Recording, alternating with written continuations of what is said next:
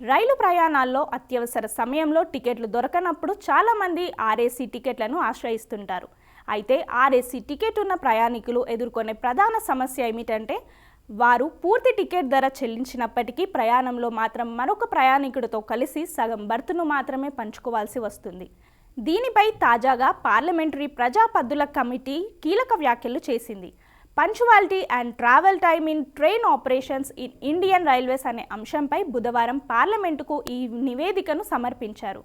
Ticket booking సమయంలో పూర్తి charge వసూలు చేసి ప్రయాణ సమయానికి ఫుల్ బర్త్ కేటాయించకుండా సగం బర్త్ ఇవ్వడం కరెక్ట్ కాదని కమిటీ అభిప్రాయపడింది.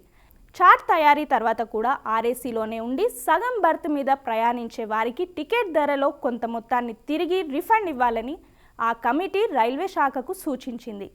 ఇందుకు సంబంధించి ఒక ప్రత్యేక వ్యవస్థను రూపొందించాలని, తద్వారా ఆర్ఏసీ ప్రయాణికులకు ఆర్థికంగా న్యాయం చేయాలని పార్లమెంటరీ ప్యానెల్ స్పష్టం చేసింది.